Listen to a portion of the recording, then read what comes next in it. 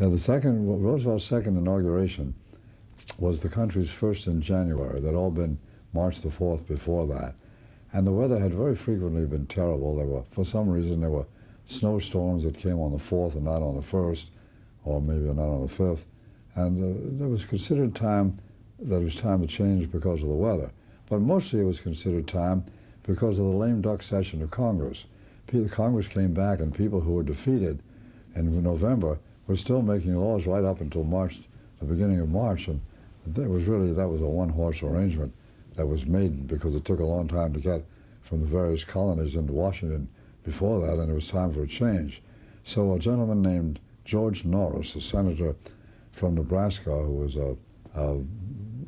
well-versed in the ways of government, he gave his home state a unicameral legislature that was kind of unprecedented in America, one chamber only.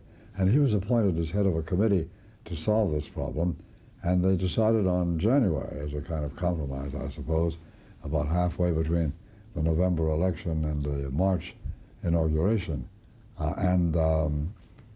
Everybody said, how can you go from March to January, the dead of winter?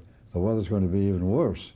So Senator Norris presented the Weather Bureau's records as long as they've been kept, and January 20th was always better than March the 4th during those particular years. Of course, that was no guarantee what would happen in the future, but nobody paid much attention to that.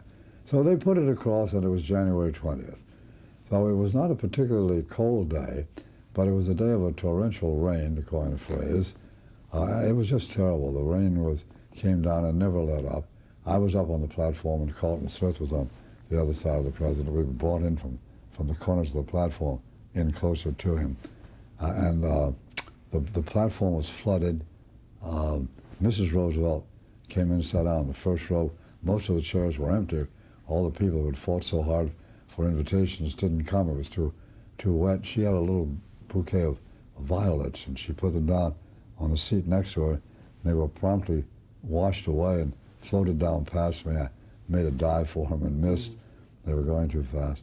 And they had the Great Seal of the United States on the platform below the place where the president was to speak, had it covered with a tarpaulin to try to preserve it, so it would look good all right for the newsreels and still pictures. And they never got it all off. It was still halfway on, as I remember, when it was time for the swearing in to come. And that's the way the broadcast went. Not the swearing in. Yeah, the swearing in, of course. He had to do it again, didn't he? So it was a terrible, as I say, a terrible day of rain, became a national joke, of course. We were from the fire into the frying pan. I was supposed to have a car take me from the Capitol, where the swearing-in takes place, to the White House, where I was to do the parade. We covered the whole parade in those days. And for some reason, the car didn't appear in the rainstorm, so I had to do it on foot foregoing lunch. And I did, and my shoes were filled with water, so I took them off and walked in my socks from the Capitol to the White House, carrying my shoes, trying to keep the rain out of them, down to do the broadcast of the parade.